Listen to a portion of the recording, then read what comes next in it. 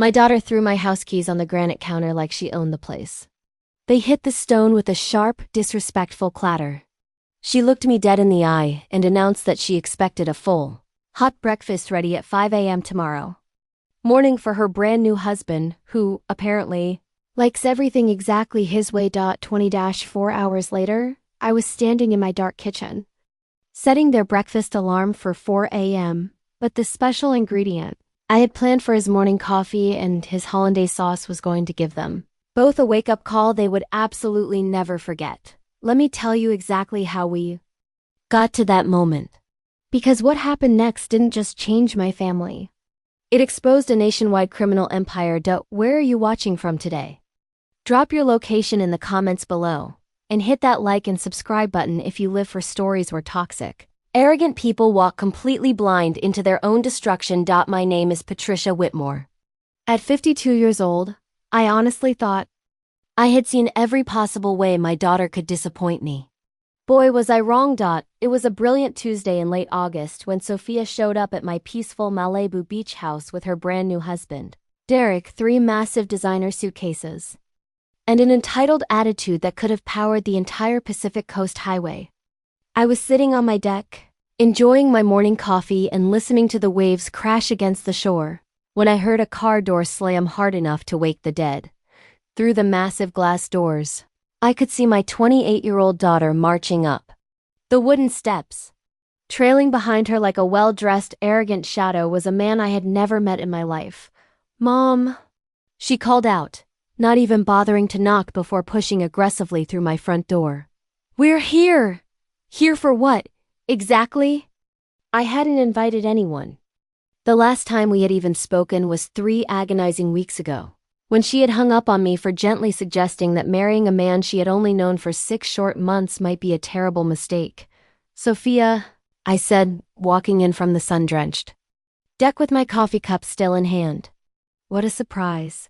She was already dragging her heavy luggage toward the beautiful floating staircase that led to the guest rooms. Her new husband was standing awkwardly by the door, looking around like he wasn't quite sure he was supposed to be there. Smart man, I thought. He shouldn't be. Derek, this is my mother, Patricia. Mom, this is Derek, my husband.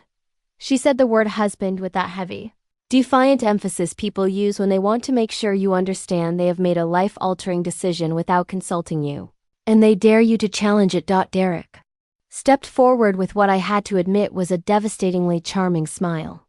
He extended a manicured hand. "Mrs. Whitmore, it is absolutely wonderful to finally meet you. Sophia talks about this magnificent place constantly, does she?" I shook his hand, immediately noting the heavy, expensive Rolex on his wrist and the crisp, custom-tailored linen shirt. "And what exactly brings you both to my little coastal sanctuary?" Unannounced, "We are on our honeymoon," Sophia announced brightly, as if that magically excused the home invasion. "We wanted somewhere peaceful and private. Plus, luxury hotels are just so impersonal, don't you think?" I looked around my quiet living room, which was entirely unprepared for unexpected, demanding house guests. My yoga mat was still rolled out on the hardwood floor. There were paintbrushes soaking in a mug from yesterday's watercolor session, and my latest romance novel was face down on the plush sofa right where I'd left it. "How long were you thinking of staying?" I asked, though my gut was already twisting with the suspicion that I was not going to like the answer. "Just a few days," Derek said smoothly, shooting a lightning-fast, calculating look at Sophia that I absolutely did not miss. "Maybe a week or 2. Sophia corrected, waving her hand dismissively. "We haven't really decided." "That's the beauty of being spontaneous, right, Mom? You always said life was about embracing the unexpected." I had said that back when she was 16 and terrified to try out for the high school play. I absolutely had not meant it as blanket permission to treat my multi-million-dollar home like a free, all-inclusive resort 36 years later. "Of course," I said smoothly, because what else could I say without starting World War III in my foyer?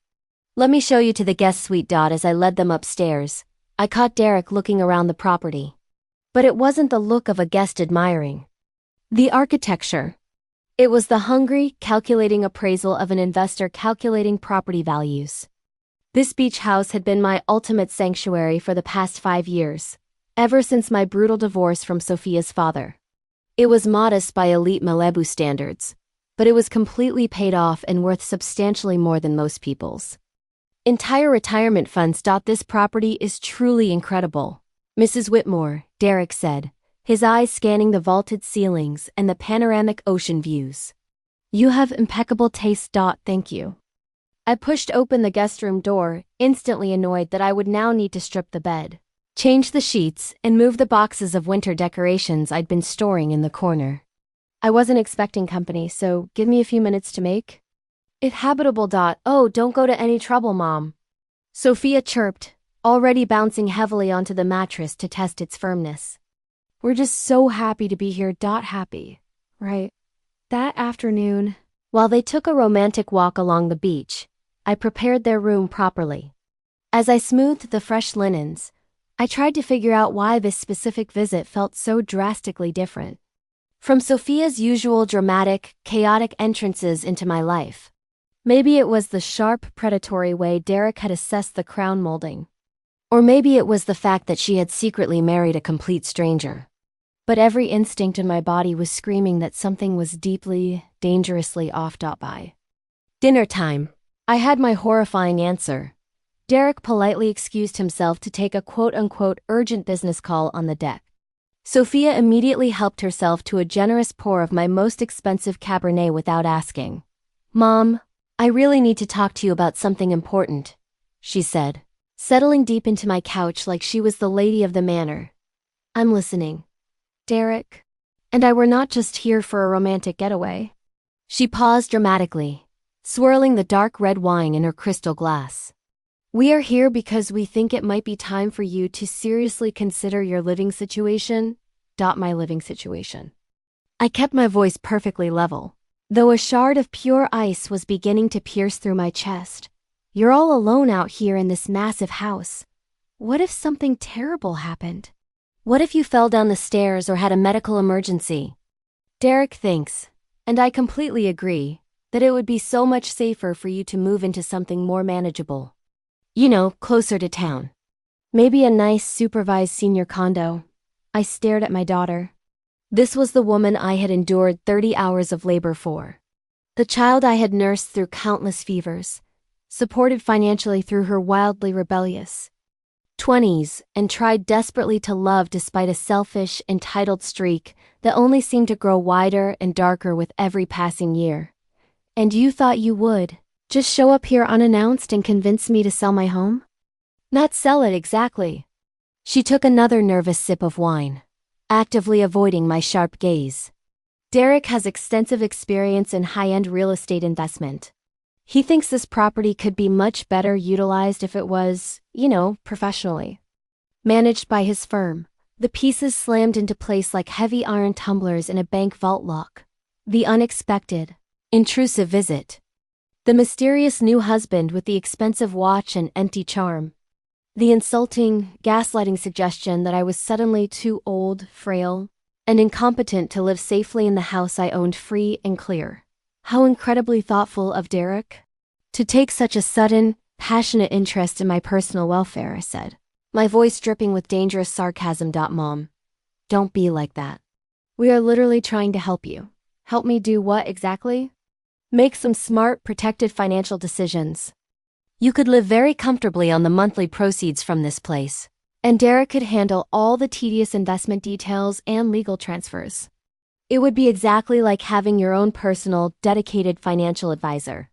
For 28 years, I had watched my daughter's unique gift for toxic rationalization. But this was a masterpiece of manipulation, even for her. She had married a total stranger, brought him into my sanctuary, and was now sitting on my couch, casually, suggesting I sign the deed of my multi-million-dollar home over to him for proper management. That is incredibly generous of him, I said, my face a carefully blank mask. But I am quite happy and secure in my current living situation. Sophia's fake smile tightened, her eyes flashing with irritation. Mom, you are not getting any younger. Wouldn't it be much better to make these smart changes now, while you can still enjoy the benefits, rather than waiting until you're forced to? Derek chose that exact, tense moment to slide the glass door open and return from his phone call. His weaponized, charming smile was firmly back in place. So sorry about that, ladies. The world of high-stakes business never sleeps.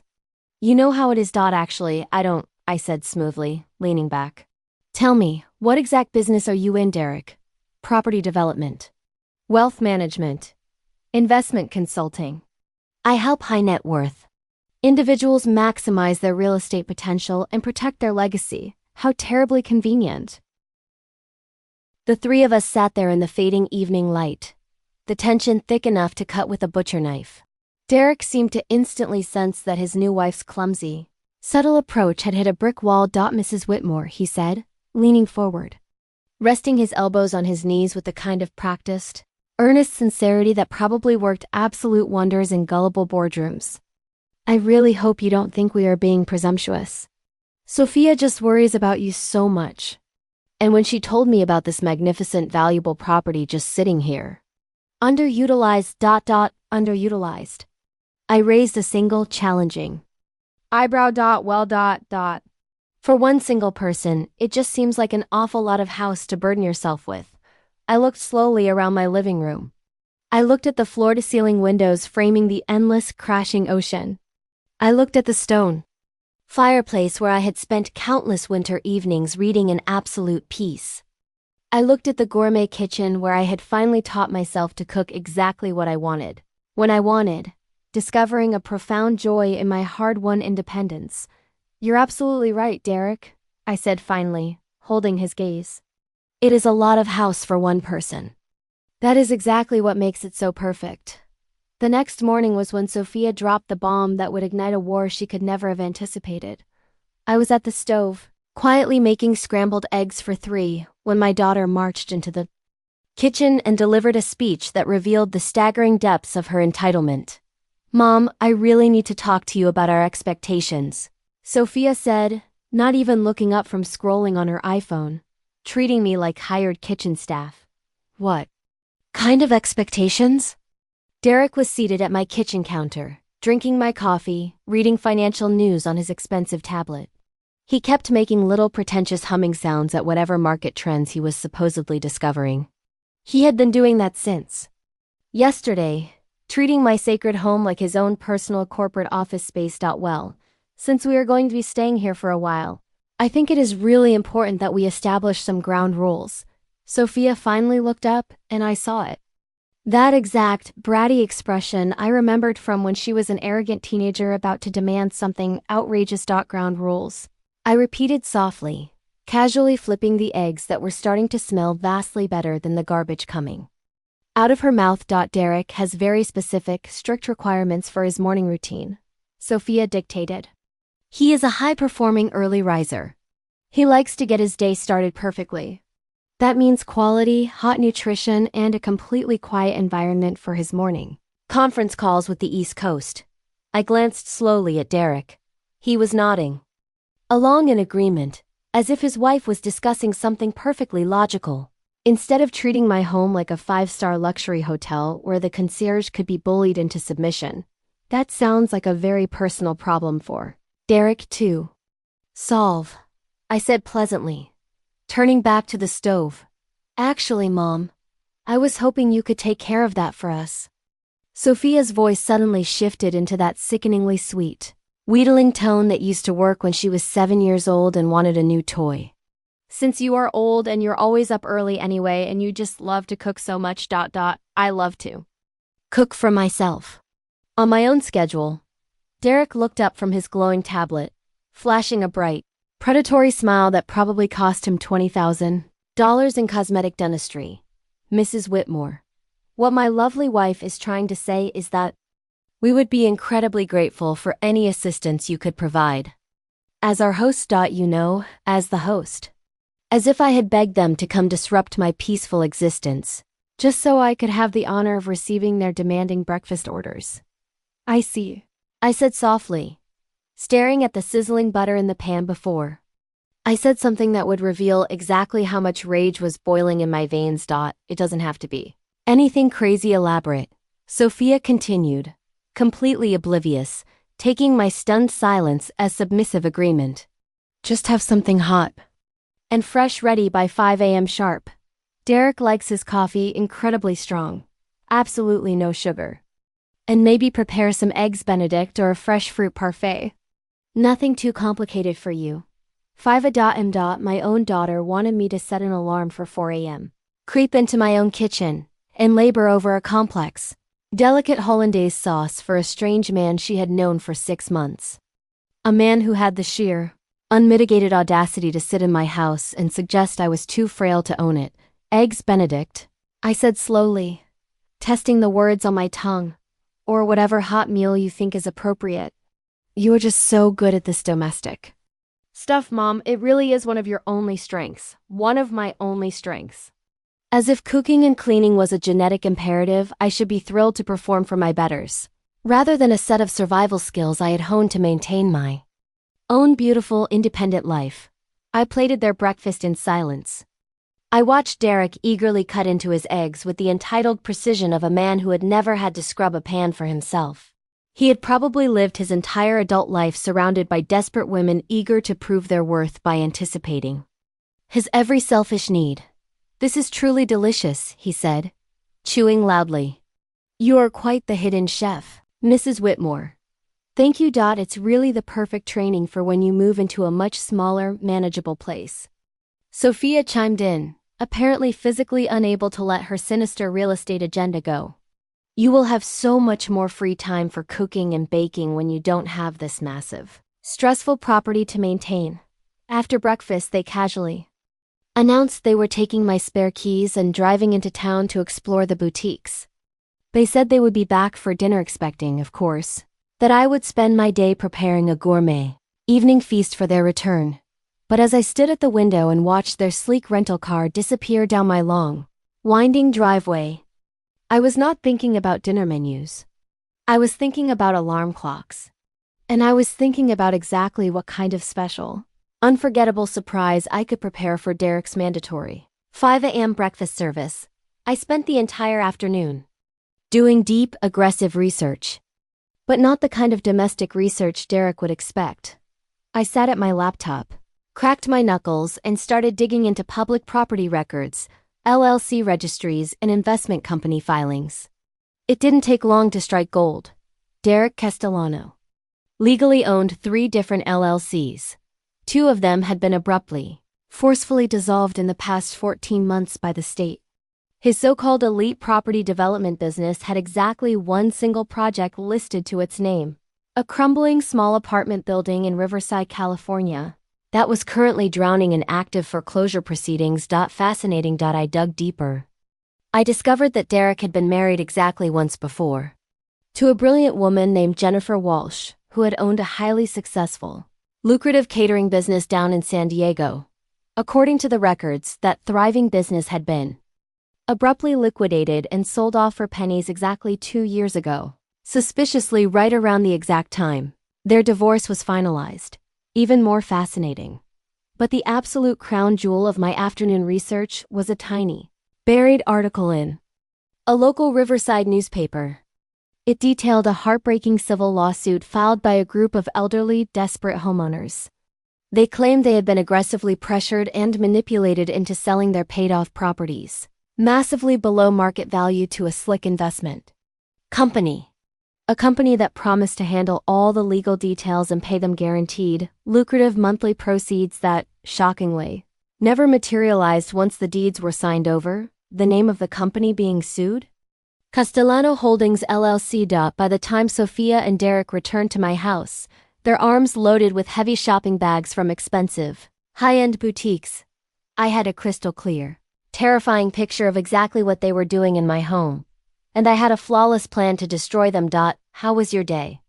I asked pleasantly, sipping a glass of iced tea as they dumped their designer bags onto my pristine coffee table. Absolutely wonderful, Sophia gushed, her eyes sparkling with greed. We found this amazing high-end real estate office in town. The Broker said that properties exactly like this one are incredibly sought after by foreign investors right now.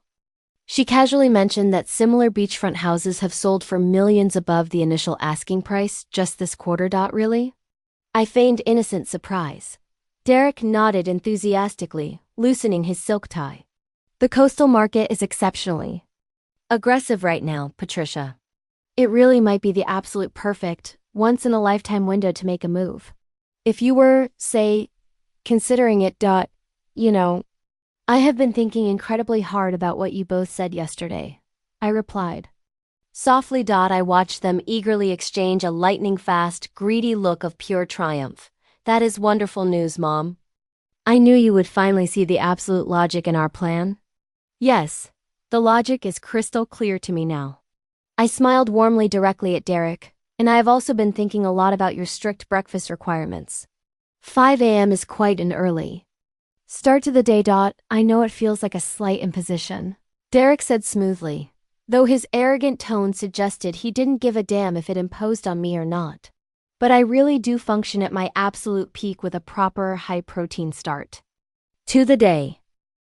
Of course you do. I thoroughly understand.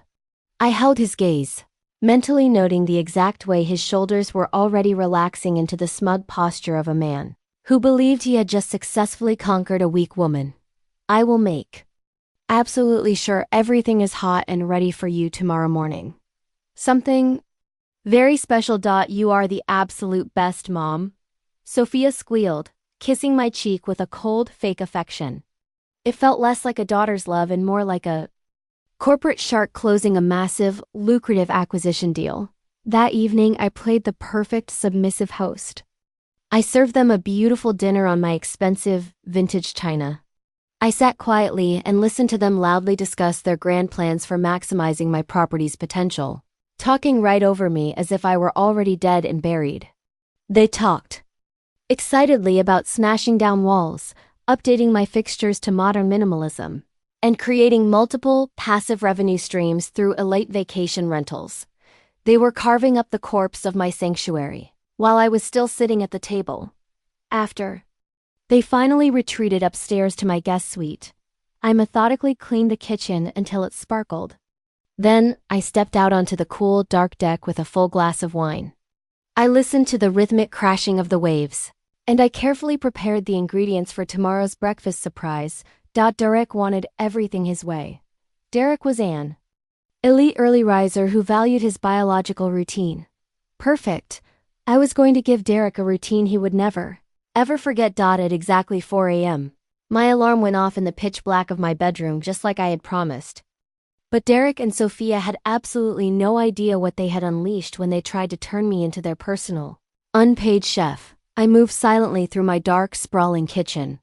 34 years of muscle memory guided my hands as I prepared what would definitively go down in history as the most physically memorable meal of Derek Castellano's pathetic life.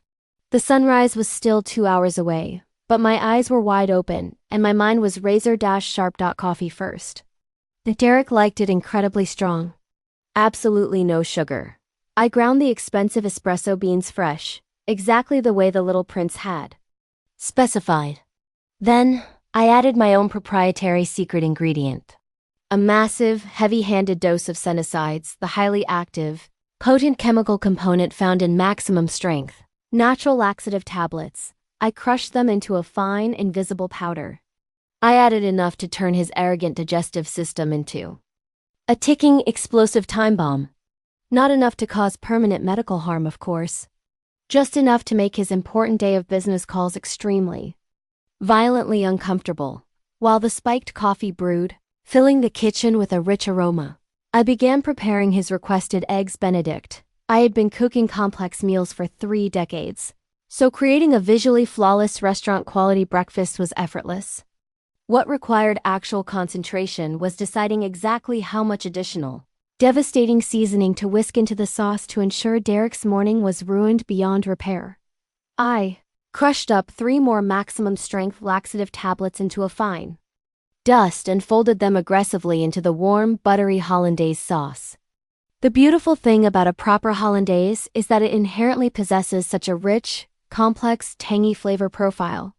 The slight, chalky bitterness of the chemical laxatives was completely, masterfully masked by the heavy butter, the egg yolks, and the sharp squeeze of fresh lemon juice. For my darling daughter's breakfast, I prepared basic, unseasoned scrambled eggs and dry toast. She hadn't made any aggressive demands about timing or VIP service, so she was going to get exactly what she had always gotten from me lately. The absolute bare minimum effort required to avoid a screaming match. At exactly 4:47 a.m., I heard heavy, confident footsteps moving above me. Derek's internal biological clock was apparently just as rigid and precise as his arrogant demands. I arranged his poisoned breakfast beautifully on my finest gold-rimmed china plates, wiped down the counters, and waited like a spider in a web. Mrs. Whitmore. Derek appeared in the arched kitchen doorway. He was wearing an expensive monogrammed silk robe, looking genuinely shocked to see a hot gourmet meal waiting for him in the dark. "You actually did this. You really got up. You said 5 a.m. sharp." I smiled pleasantly. "I aim to please my guests." He strutted over and sat down heavily at the marble counter. I poured his specially prepared, chemically enhanced dark roast coffee into a delicate teacup. "This smells absolutely fantastic. You really didn't have to go to all this immense trouble, Patricia. Oh, it was no trouble at all. Truly." I watched him eagerly bring the hot cup to his lips, take a long, deep sip, and let out a satisfied sigh. "I believe in giving people exactly what they ask for." Derek ate with the ravenous enthusiasm of a predator who had grown entirely accustomed to having his every whim anticipated and serviced by subservient women. He practically moaned as he complimented the perfectly poached eggs. He praised the strong, bitter coffee. He confidently told me how much he respected and appreciated having a woman around who truly understood the importance of serving a man's routine. "You are quite the elite hostess," he said, dragging his toast through the last thick smear of spiked Hollandaise sauce and popping it into his mouth. "Sophia was absolutely right when she said you had a natural, subservient gift for this kind of domestic work. I have many unique gifts." "Derek," I replied softly, taking his empty plate and dropping it into the sink. "Some of them just take a little longer to reveal themselves in the light of day." Sophia eventually wandered downstairs in her silk pajamas an hour later. She looked around the kitchen as if she fully expected to find me on my hands and knees, scrubbing the floor after her husband's feast. "Good. You actually did it," she chirped, as if there had been serious betting odds on whether I would obey their ridiculous commands. "Of course I did it, Sophia. I always execute exactly what I say I'm going to do. See, this is exactly what I was talking about to Derek yesterday," she continued brightly, helping herself to the safe, unspiked pot of coffee. "You are just so good at taking care of people. It's really what makes you happy in life. Taking care of people. As opposed to having my own independent life, my own complex interests, my own powerful schedule. According to my daughter's twisted worldview, my highest, most noble calling on earth was serving hot breakfast to her scammer husband before dawn. I live to serve," I said dryly. Neither of them was smart enough to catch the lethal sarcasm dripping from my words. Derek smugly excused himself to take a long, hot shower and prepare for his highly important morning conference calls. I methodically cleaned the kitchen while Sophia sat at the counter, endlessly scrolling through Instagram.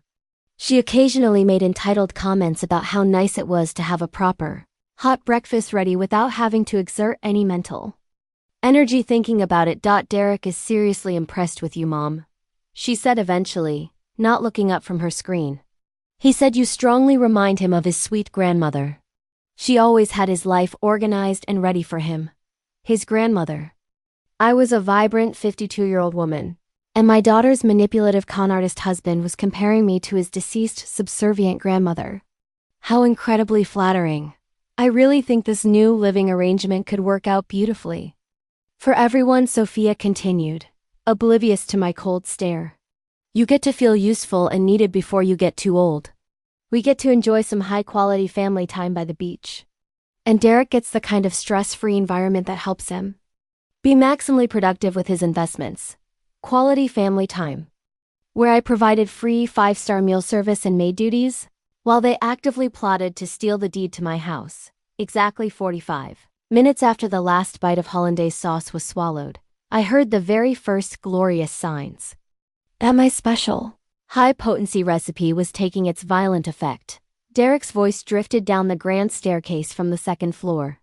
He was calling Sophia's name, and his voice sounded tight, panicked, and entirely stripped of its usual arrogant swagger. Sophia? Sophia, where is the other bathroom? Upstairs hall, first door on the right, baby. She called back lazily, still swiping on her phone. I found that one. But is there another one down there? I need another one. I continued calmly wiping down granite counters that were already perfectly clean, biting the inside of my cheek to hide a massive, wicked smile. Mom! Do you have any heavy-duty stomach medication? Derek's voice echoed frantically from the top of the stairs. He sounded completely desperate. Check the master medicine cabinet. I called back sweetly. Are you feeling unwell, Derek? Just a sudden, violent stomach upset. Probably something bad I ate yesterday at that seafood place. Sophia finally looked up from her phone, a flicker of genuine concern crossing her face. Derek? Baby, are you okay? I'm sure it's fine. Just to God. Sophia, could you maybe email my 9 a.m. call and postpone it? I might need a few more minutes. A door slammed violently upstairs. Over the next agonizing hour, Derek made 6 desperate, frantic sprints to the bathroom. By the third trip, he was walking much, much faster, his face pale and glistening with cold sweat. By the 5th trip, he was practically sprinting, groaning audibly.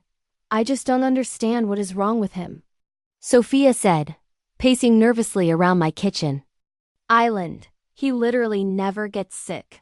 He has an iron stomach. Food poisoning can be incredibly sudden and incredibly violent, I said, my voice dripping with fake maternal sympathy. Maybe it was the oysters from that expensive restaurant you two went to yesterday. But I ate the exact same things he did. And I feel completely fine. Well, everyone's gut flora reacts differently to aggressive bacteria. Sweetheart. Derek suddenly appeared in the kitchen doorway. The arrogant, well-dressed investor was completely gone. He was pale as a ghost, clutching his stomach, sweating profusely through his designer t-shirt, and trembling. Sophia. I need you to call a doctor. Something is seriously wrong inside me. Should I take you to the emergency room? Sophia was bordering on full panic now, which was honestly almost as deeply satisfying as watching Derek's physical torment. Let's just see how he feels after it thoroughly works its way through his system, I suggested helpfully, pouring myself a fresh cup of coffee. Sometimes these nasty bugs just need to completely empty out. Mrs. Whitmore. Derek gasped, clutching the doorframe for support. I hate to ask, but do you have any Pepto-Bismol? Imodium. Literally anything that stops this. Let me check the back of the cupboards for you, poor thing. I made a grand theatrical show of digging through my deep medicine cabinet. I returned with a dusty, expired bottle of basic calcium antacids that would do absolutely, positively nothing for his current explosive intestinal crisis. This might help coat your stomach, I offered brightly. Derek practically tore the bottle from my hands, dry swallowed 4 chalky tablets, and immediately sprinted back up the stairs, slamming the bathroom door just in time. For the entire rest of the morning, the only sounds echoing through my peaceful beach house were Derek's heavy, frantic footsteps rushing between the guest bed and the toilet, punctuated by Sophia's whining questions and his increasingly strained, miserable groans. By lunchtime, he was entirely too weak and dehydrated to even walk down the stairs. Mom, I really think we should take him to the urgent care clinic in town. Sophia bit her lip.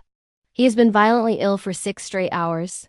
If you truly think that's best, I agreed solemnly. Though, sometimes these severe stomach bugs just have to violently run their natural course. This isn't a normal bug, Mom. This is serious. I looked at my panicked daughter with all the deep maternal concern I could physically fake. You are probably right. Severe food poisoning can be incredibly dangerous if he gets too dehydrated. As they frantically prepared to leave for the medical center, Derek managed to stumble down the stairs. He looked like he had rapidly aged 15 years in the past 6 hours. His skin was gray, his eyes were sunken, and he was walking with a slight, protective hunch. Mrs. Whitmore. I am so incredibly sorry about this disruption, he whispered, weakly, leaning heavily on Sophia's shoulder. I have no idea what happened to my body. These tragic things are just so unpredictable, Derek, I said, patting his sweaty arm. I do hope you feel much better soon. We might be a while at the doctor, Mom, Sophia said, practically carrying her husband to the rental car. Don't wait up for us to make dinner. I stood on the porch and watched them drive away. Derek was hunched over in the passenger seat, clutching his stomach like he was terrified to move too suddenly. Once their car disappeared around the bend, I walked calmly back into my kitchen, took the remaining crushed laxative powder I had hidden in the spice rack, and washed it safely down the garbage disposal. Tomorrow morning, Derek would inevitably be feeling much better. But I highly doubted the little prince would be quite so enthusiastic about barking demands for a 5 a.m. gourmet breakfast service ever again. And the beautiful part? The laxative was just the appetizer. It was merely the beginning of the absolute hell I had planned for my unexpected house guests. Derek spent 3 miserable hours hooked up to and for at the local urgent care clinic. He was ultimately diagnosed with a severe acute case of food poisoning and ordered to stay strictly hydrated and rest in bed for 48 hours. When they finally returned to the house that late afternoon, he looked like a defeated soldier who had been through a brutal war and lost everything. The doctor said it was definitely something toxic he ate yesterday, Sophia announced loudly as she carefully helped a shivering Derek up the stairs. He needs to stick to a strict diet of bland foods, toast and water for the next 3 days. How absolutely terrible, I said, following them up the stairs carrying a pitcher of fresh ice water. I feel so incredibly guilty. What if it was a bad egg I served him this morning? No, Mom, don't be silly. The doctor said the biological timing doesn't match at all. Food poisoning from a breakfast egg would have started much later. It had to be the seafood. Derek collapsed face first onto the guest bed, groaning as if his legs could no longer physically support his own weight. Mrs. Whitmore. I'm so sorry about this mess.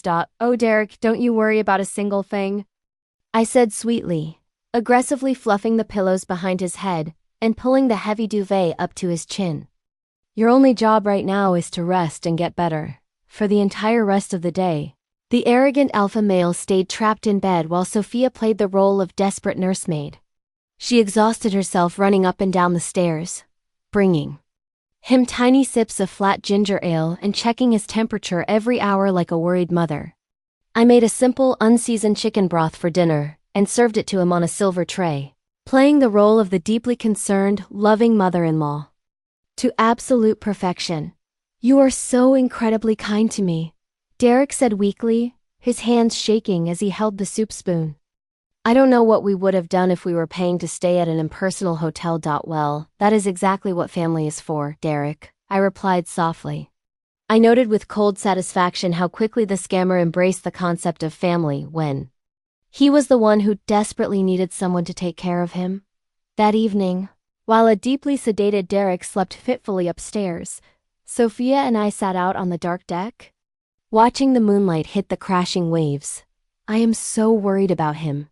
Mom, she said quietly, staring into her wine glass. He is never, ever weak like this. He has this intense, perfect health routine. He takes expensive supplements, exercises aggressively every day. Sometimes our bodies just surprise us, sweetheart, I said smoothly. Extreme stress can severely lower a man's immunity. Stress? She looked up, frowning. Well, yes. Starting a brand new marriage, traveling across the country, making massive, life-altering financial decisions. That can all take a heavy physical toll on a person. Sophia looked at me sideways, her eyes narrowing slightly in the dark. What big life decisions? Your aggressive suggestion about me selling this beautiful house. That is a major, multi-million-dollar financial decision. I'm sure Derek feels an immense amount of heavy pressure and responsibility for helping me make the absolute right choice. Oh, she seemed to slowly process this, her posture relaxing. Actually, We were planning to talk to you much more about that. Derek has some very concrete, lucrative proposals he wanted to formally present to you. I am sure he does. He really knows exactly what he's talking about. Mom, he is brilliant. He has helped so many other people in your exact vulnerable situation. Similar situations. Like lonely elderly homeowners who desperately needed guidance from a young, handsome man with expensive taste and a string of failing businesses. I would be incredibly interested to sit down and hear his brilliant proposals, I said, taking a slow sip of my wine. When he is feeling up to it, of course. The next morning, Derek finally emerged from the guest room. He looked significantly improved, though he was walking very cautiously. He had apparently spent the entire night terrified to eat anything substantial, which meant my little chemical surprise had accomplished exactly what I intended. It broke his arrogance and established my complete control of the environment. How are you feeling this morning? I asked warmly, as he tentatively sipped the plain, unspiked chamomile tea I had prepared for him. Much better. Thank you, Patricia. I really think the absolute worst of it is finally over. I am so incredibly relieved. There is truly nothing worse than being violently ill and vulnerable when you are far away from your own home. Derek nodded in agreement. Then he looked slowly around my expensive kitchen with what I was finally recognizing as his trademark, a praising predatory expression. Mrs. Whitmore, I really hope we can continue this serious conversation we started a few days ago about your long-term living situation. Of course. I smiled brightly. I have been thinking constantly about what you said.